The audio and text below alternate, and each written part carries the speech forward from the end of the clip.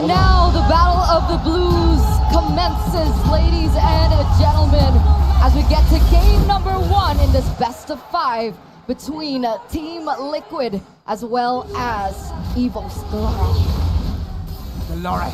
You have to say it like that. You really do after Ranger Amas, but momentum, very important as well. Here at night, today in the Jakarta International Velodrome, it's a full house once again for our second match. Everyone's ready for some Mobile Legends action. Yehesco going with the Purify here. Quite the intelligent move. Allows him to be a bit more aggressive, to move forward and not just stay in the back due to the fear of being engaged randomly by that Tigreal.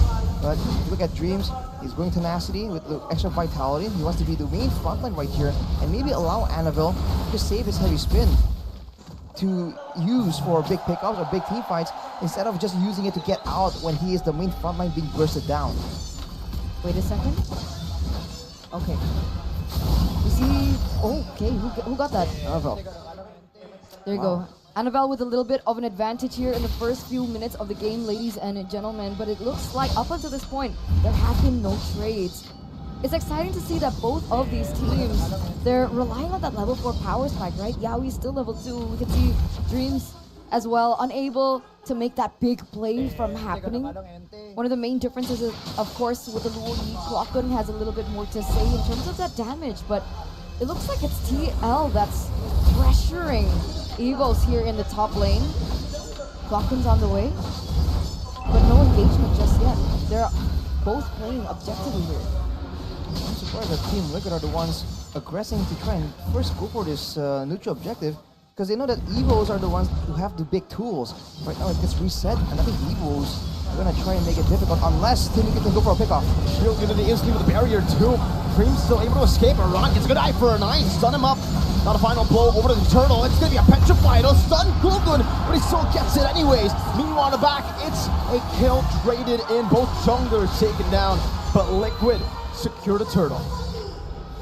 All right, Klokun gonna use that diversion, but he doesn't commit onto it. So that's a 1-for-1 trade. TLID still gonna be able to get that neutral objective. However, they were able to trade it back. In this engage, who has a better late game? And if they keep trading like this, who is it worth it for? I must say, with a Novaria and a carry, Team Liquid I think has the significantly stronger late game. But it comes down to the neutral objectives. That's where Evos have, have an advantage. But we are at odds right here. Unfortunately, we're on the wrong side. We got a battle. We're getting called out as well from the Indonesian test. What's funny is they're sitting on the Liquid side, we're sitting on the Evo side. So it's the opposite sides. But it's okay, you know, it's always fun to have these little matches. Well, back to the point here, if Evos can force Liquid into a big proper fight without Liquid setting up, poking them down, then maybe they can have a bit more of an advantage. But considering how Liquid have been playing, yeah, they're going to go for something guaranteed only. So Ron right here goes for a 1v1 play. And wins it hard. Aran very, very low. Annabelle gonna look for the flank. Aran with the final blow into the back, finding the final blow onto the XP. Creep to get out with those dashes, clean maneuvers. So, such good foresight, right? Realizing that he was low, he shouldn't have seen that diversion play coming, but still able to get out of that sticky situation. That trade doesn't pull off in for Evos. And it looks like up until this point, it's still a gold lead for Liquid Aura. I think a big significant lead for Team Liquid is the fact that they can pick and choose what kind of engagement. They have good disengage, they have card control immunity in Yaoi because of the Grog's passive. So they do have the mobility as well for Aran to go and pull apart Evo's this team fight composition. There's diversion though. Shield unity.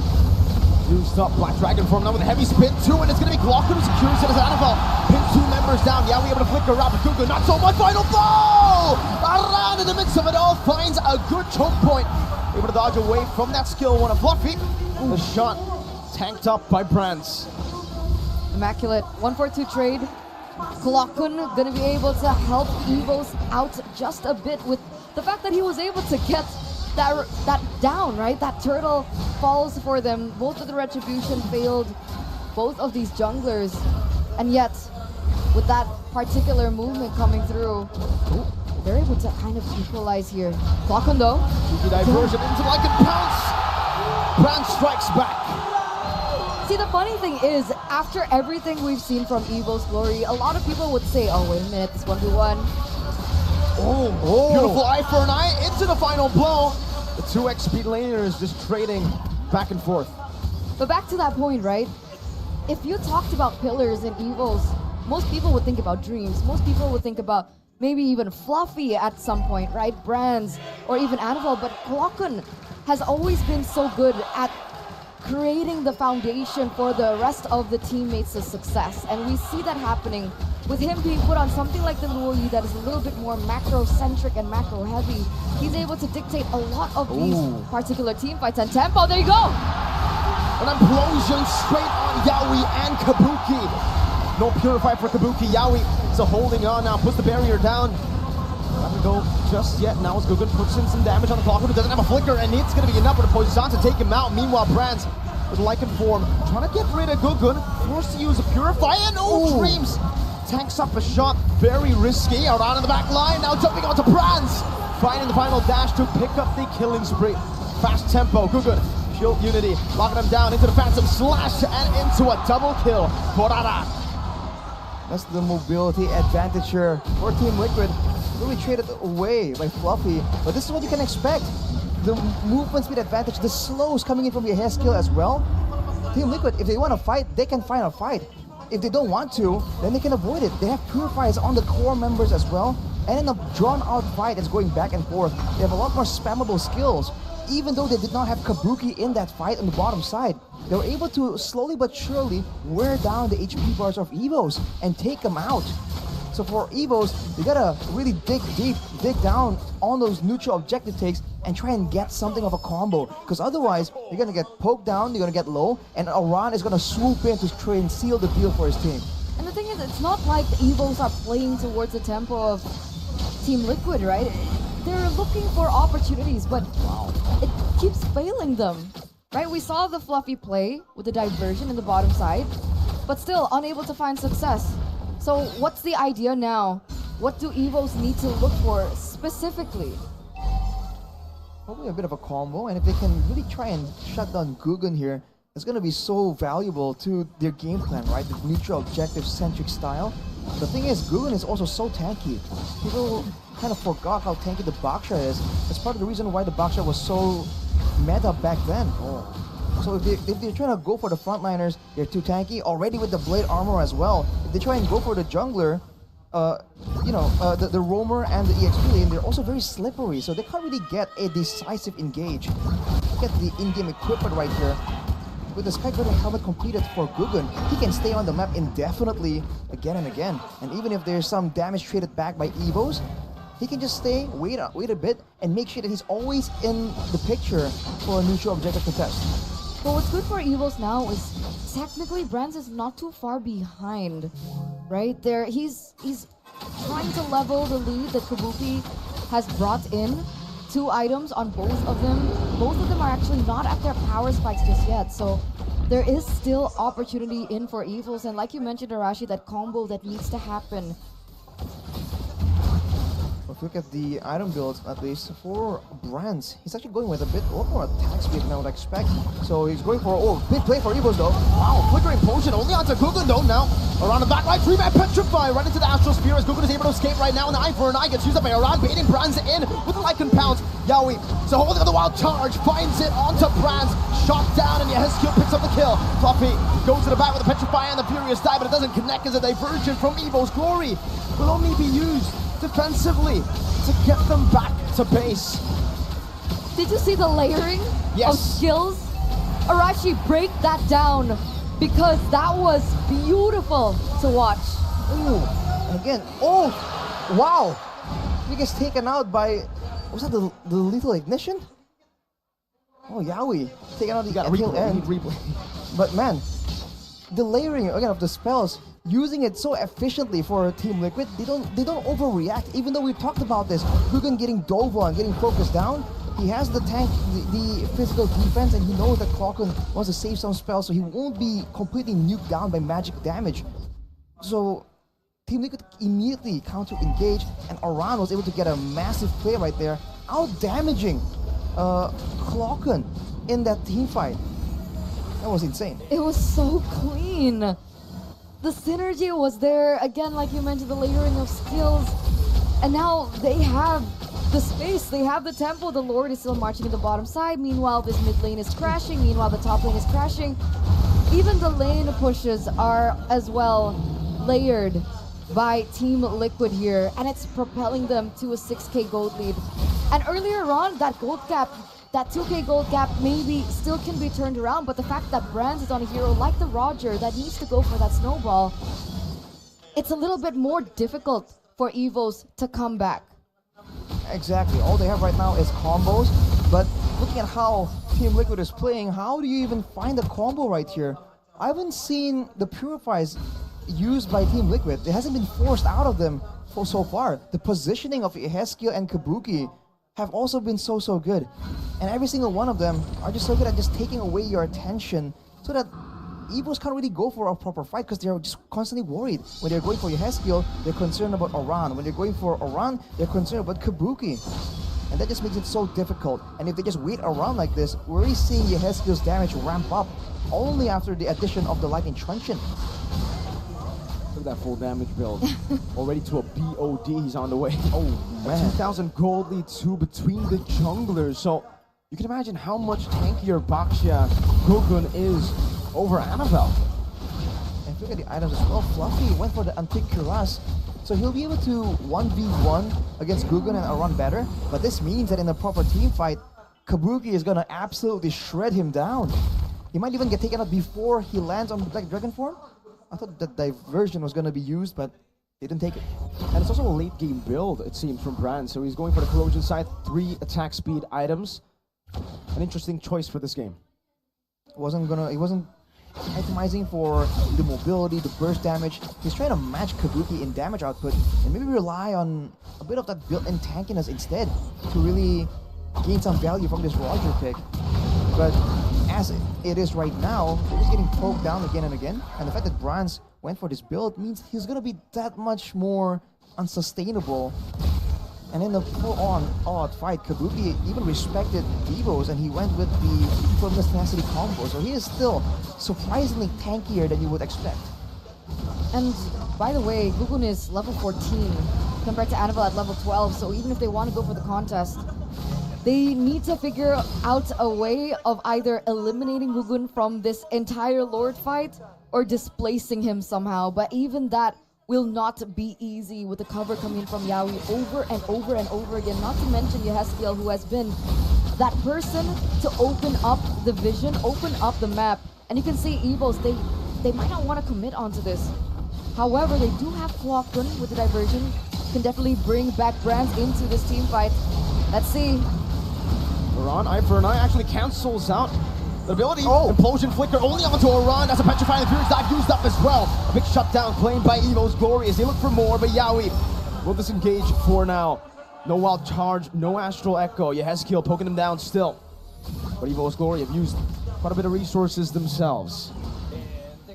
And this is the issue. When they're trying to go for this, they did get the pick off on the one member that can be vulnerable, Oran, who's reliant on that eye for an eye.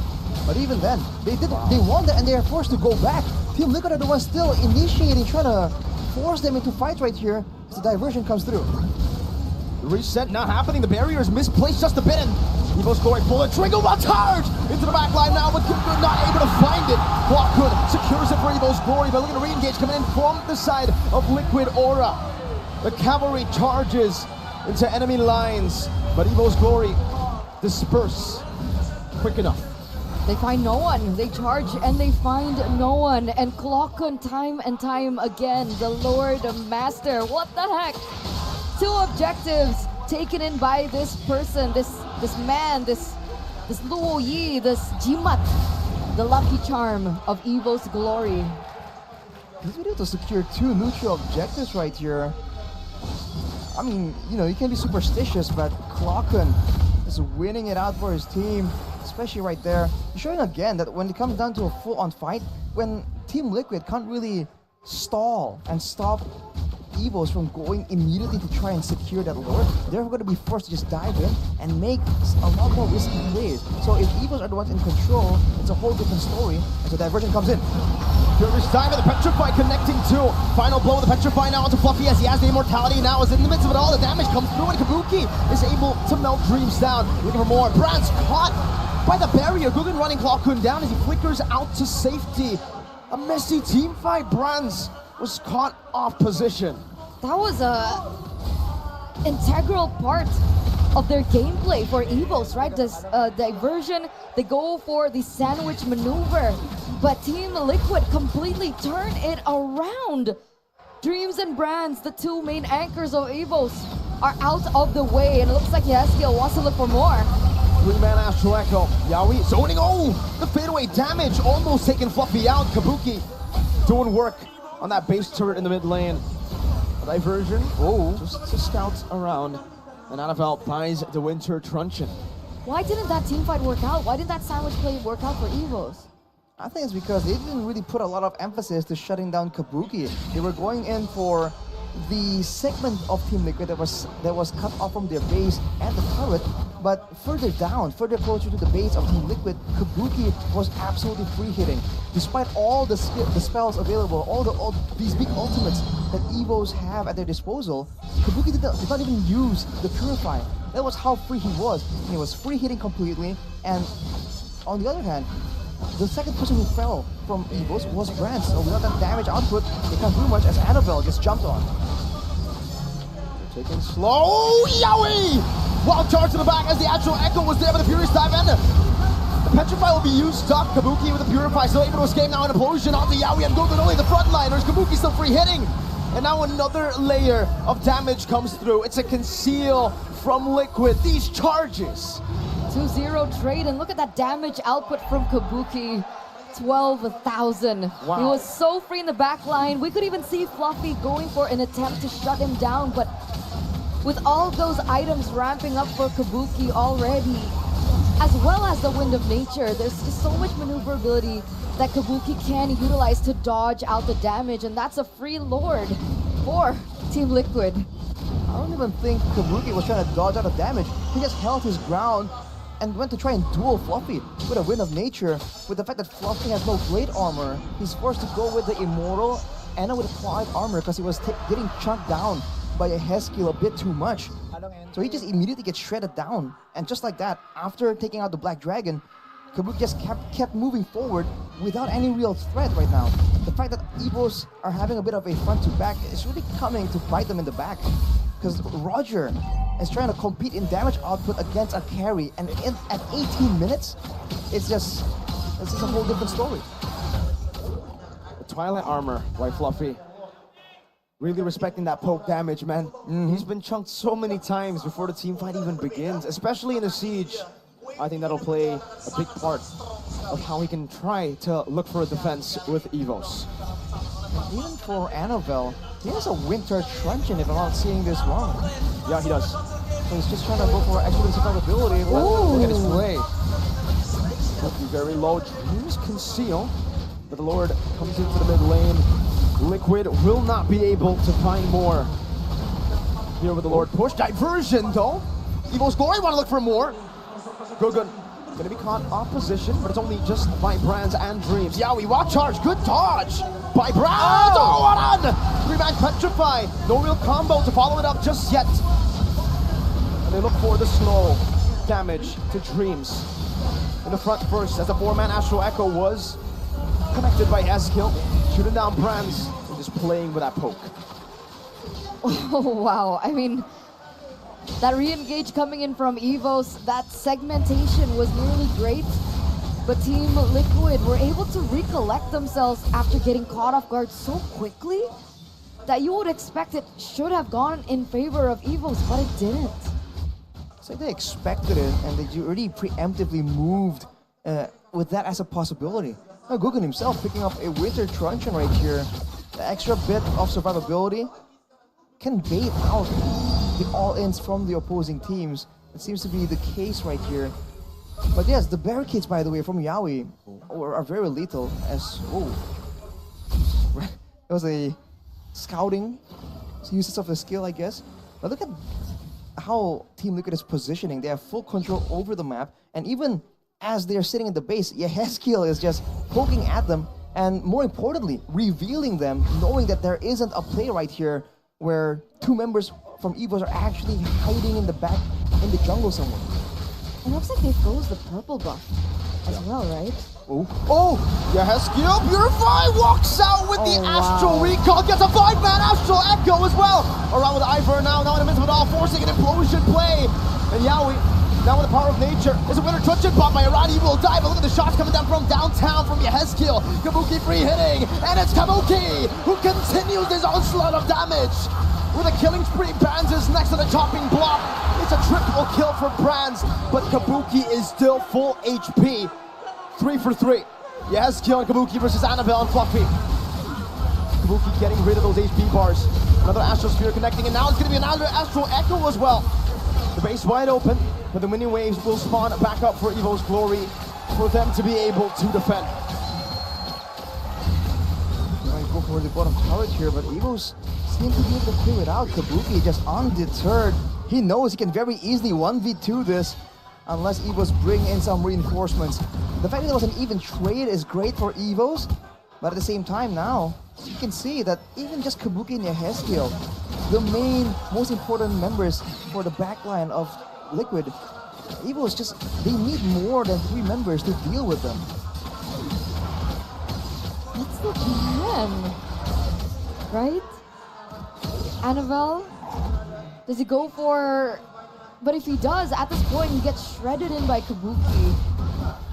Kabuki, like, it was supposed to go right for Evos, right? That was their plan. They used the diversion play. They were able to get Yehezkiel. They released so many resources on Yehezkiel, but he was still able to get out after everything that was thrown at him. And he was able to bait so many resources for the eventual re-engage for Aura to get that much value.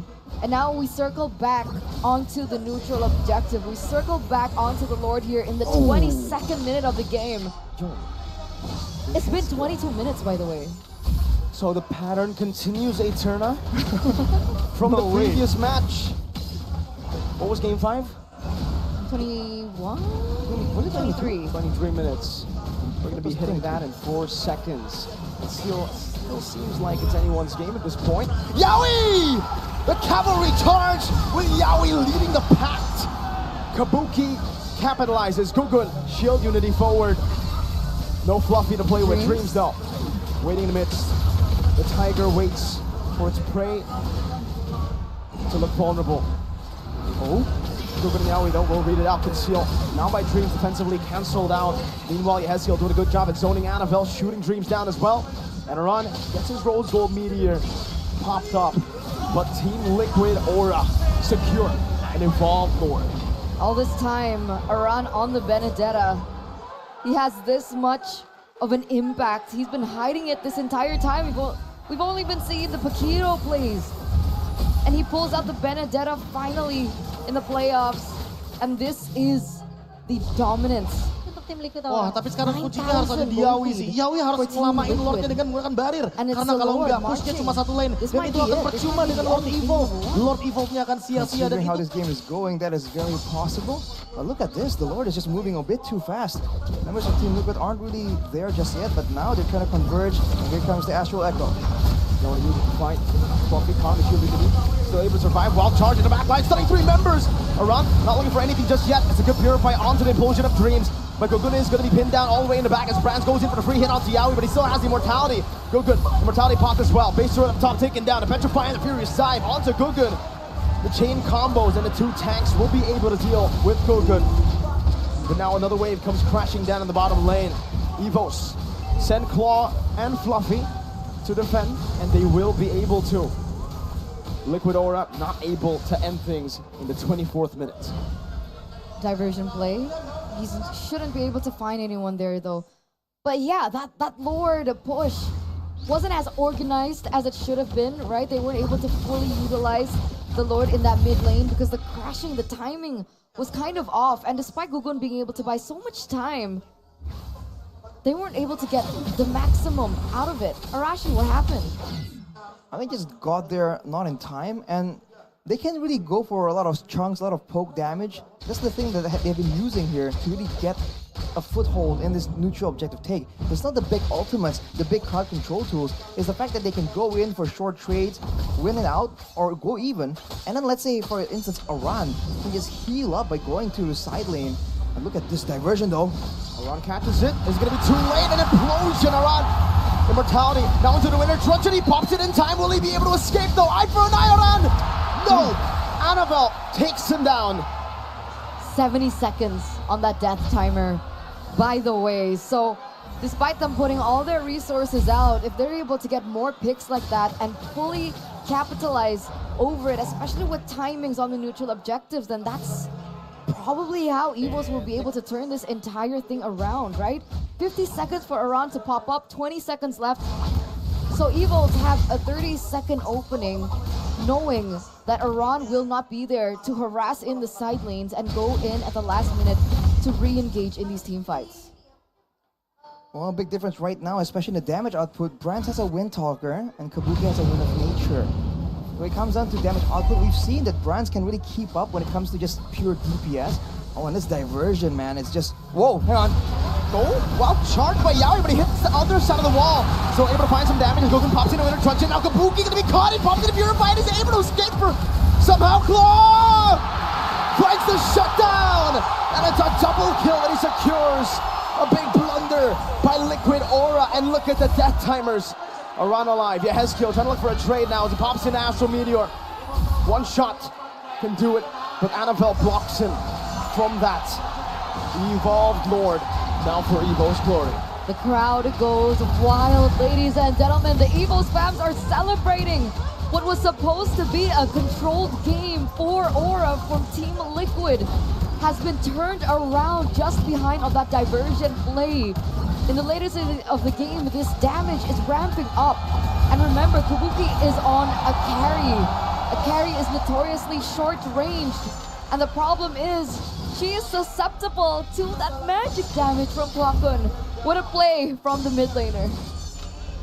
To see how Evos can use this, because it's a great moment for them. They've completely turned around the gold lead, actually leading right here. But they are up against a League in Novaria, and they do have carry to deal with the Lord. We'll have to see. With the Purify still on cooldown, this is the opportunity for Evos to really seal the deal. Into the mid lane they go. Look at that Lord. Still a chunky boy. The Kabuki has to respawn. I'll lose 2 base turrets. Eye for an eye by Aran. Kabuki still hitting onto the Lord. Evos glory not really utilizing this Lord to go for a fight. They want to play it slow. They've equalized the game completely. Now it's just a difference in the possibility of a diversion. That is what Evos have as an advantage, and that's what they've been able to use. Now with Team Liquid just not having the same kind of pressure, the same kind of control, even fewer turrets to try and get into safety too, it's gonna be a bit of a problem. And funny enough, for both teams, the only turret standing is the one furthest away from the Lord. With how often the diversions are happening right here, I'm not sure what's the plan for Team Liquid here. Do they want to keep just pushing the aggression? They want to bank on a split push play maybe from Aran. They need to properly assess the situation, right? Because with Aran on the Benedetta, they were banking on the fact that they could go for that split push play. The far lane play, the harassment of the far lane. But with this diversion present, it has been impossible.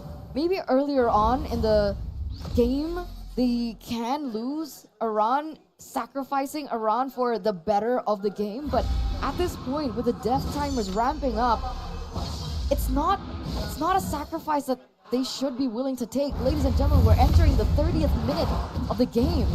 Maybe seeing some adaptations. Athena shield on the carry. He knows. That is a massive problem right here. Now with that Athena though, there's a chance that Kabuki will be able to perhaps like sustain long enough in these big fights. Definitely needs to be a multi-person effort to try and take down this carry, especially when the Purify is still up. With 25 seconds to go with the Lord, Oh, never just spotted out. Dreams takes it. Oh, Dreams. Flicker as well. That's a big Seal. resource. Now he has the wild charge. He goes in. He is able to stun Brands. Baits up the Purify. Good. Poisons. Aran disengaging. Black Dragon form. Baited out as well. Around with Phantom Slash. Now dashing out to safety. Evolve Lord is back up in this game. One death could be the end of it all. Yeah. It's too expensive at this point. Diversion play. And it's on to Aran again with the implosion. Immortality. Now with winning traction. No! Beautiful shot by Dreams to cancel out any winner traction play from happening. But now an Astral Echo into Kabuki walking up. Yaoi, no wild charge just yet. Pops in the barrier, but is not able to find Annabelle. Oh, completely stuck in the barrier. He finds a wild charge though. Annabelle buys the immortality, buying a little bit more time. Dreams, no implosion, but Brands is doing a lot of damage. Heavy spin.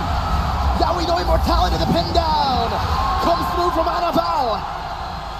Another diversion to the back. Kabuki forced to run the other direction. The cavalry rerouted by the Tigers. Zuman pounces on their prey. Brands, like and bounce, pulled back by the dispersion, has the immortality. An all-out fight. Gugun, winner truncheon now. Kabuki, can he deal enough damage on the Dreams? Implosion again, but it's only on the Gugun. Dreams with the immortality. Kabuki still free hitting. That's a rose gold meteor by Brands, but Kabuki still to be able to free hit right now. As the immortality gets Fabia Heskill, Astral Meteor shot down, but he loses immortality as well. Now the Black Dragon comes flying down with one last dive, with one last petrify, and one last diversion. Evos Glory have wiped Liquid Aura out.